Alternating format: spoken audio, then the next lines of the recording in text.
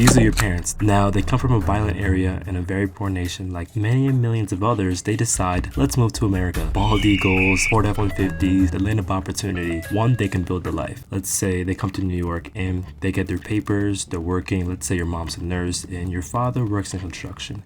You live a pretty basic life. You play sports, you go to school, and like most kids, you want to go to college, but you don't exactly know what you want to major in. You're not too into politics, let's say, and you hear about a policy that is bad from the new president, but you don't pay too much attention to it, not knowing that this new policy could destroy your entire life. In today's video, Trump's worst idea yet, the policy that could destroy America. Now, the topic of today's discussion is birthright citizenship. Birthright citizenship under the 14th Amendment is something that outlines that any person born in the U.S., on U.S. territory, on U.S. soil, is granted citizenship, regardless of their parents' immigration status. Whether the parents are illegally here, legally here, they are automatically a citizen.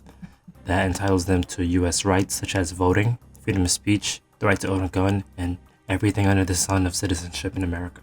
Now, policy is being changed. Now, on Trump's first day, January 20th, he signed an executive order to change the meaning of this constitutional right.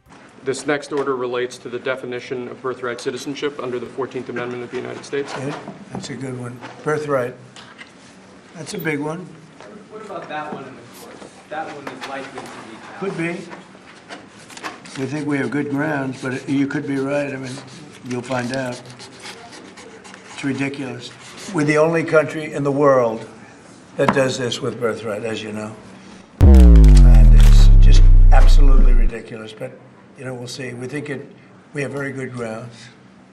Sir, People have wanted to do this for decades. Now, very interesting, as things in the U.S. Constitution are rarely ever changed. Definitions are rarely ever revised, but it does happen. And under these circumstances, it seems plausible that this might happen. So now it's important to note that there are, according to Washington Post and many other sources, there are at least 4.1 million children who attain their citizenship through birthright citizenship. How Trump aims to change birthright citizenship and its meaning is to revoke it, as in, even if you are born in the US, you are not a US citizen. You don't have a citizenship in the US, which doesn't make any sense, because then what would be the person's nationality? They effectively wouldn't have one. They would have no papers. They'd be an undocumented person, not native to any country. So removing people's rights, removing people's right to vote, at least 4.1 million children will lose their American rights, not including adults,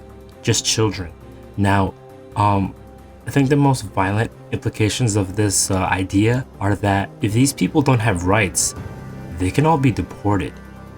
Now, let's say that your parents immigrate to the US, like in our example before, and they get their papers, they take their test, they get their citizenship, and you have your citizenship under birthright.